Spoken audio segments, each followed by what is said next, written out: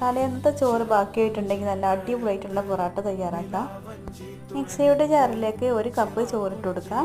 ഇനി അതിലേക്ക് ഒരു മുട്ടയും കൂടെ പൊട്ടിച്ചൊഴിച്ച് കൊടുക്കാം. ആവശ്യത്തിന് ഉപ്പും കൂടെ ചേർത്തിട്ട് നന്നായിട്ട് തന്നെ അരച്ചെടുക്കാം. എന്നിട്ട് ഇതൊരു പാത്രത്തിലേക്ക് ഇട്ട് കൊടുക്കാം. ചോറെടുത്ത അതേ കപ്പിന് തന്നെ 1.5 കപ്പ് മൈദപ്പൊടി ഇതിലോട്ട് ഇട്ട് കൊടുക്കാം.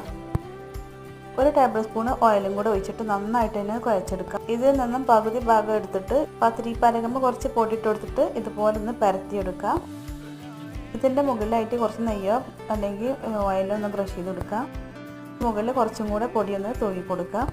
ഇതുപോലെ മടക്കിയെടുക്കാം. എന്നിട്ട് ഇത് കട്ട് ചെയ്തെടുക്കാം.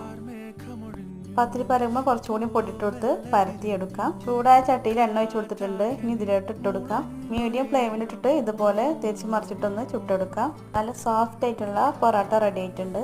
ഇഷ്ടപ്പെട്ടാൽ ഒന്ന് ലൈക്ക് ചെയ്യണേ.